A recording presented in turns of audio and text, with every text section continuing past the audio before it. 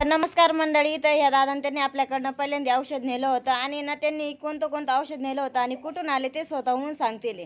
कुठून आले ते काय दादा तुम्ही? तळेगाव मळे, कोपरगाव तालुका. कोपरगाव तालुका. हो. तर पहिलं आपलं औषध कसलं आधी नेलं? जोरदारला मुळ्याचं नेलं आम्ही 4-5 जण. बऱ्याच 2-3 चक्करमध्ये त्यांना फरक पडून गेला. हो एका चक्करमध्ये फरक पडून गेला.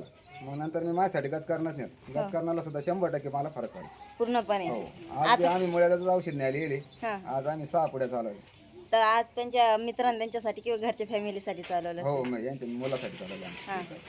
तर आपला जसं रिझल्ट आहे आपण तेवढा रिझल्ट जसं सांगतो तसं आहेच आहे. हो, घडतं 100% घडतं. हां. हो. तर लोक म्हणतात का नाही फक्त फरक नाही पडत, फक्त कस्टमर बोलवतात. नाही नाही तर आपलं तसं नाहीये. तर हे काही एवढं लांब गाणीचं बोलण्यासाठी येऊ शकत नाही. आता तळेगाव मळेगाव कोपरगाव म्हटलं ते तर लांबच आलं इथून.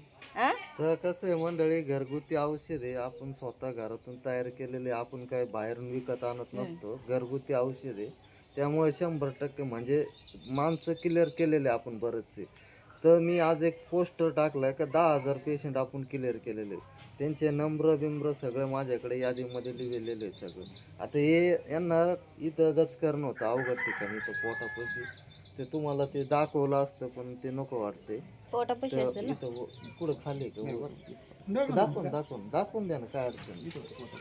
तेव्हा मंडळ इथं गचकरण होतं त्यांना. चट्टा होता कोण म्हणजे त्यांना इथं असं चट्टा होता तर तो चट्टा पूर्ण गेलेला आहे. आता नॉर्मल नाही म्हणून न कळत राहिलेलं आहे.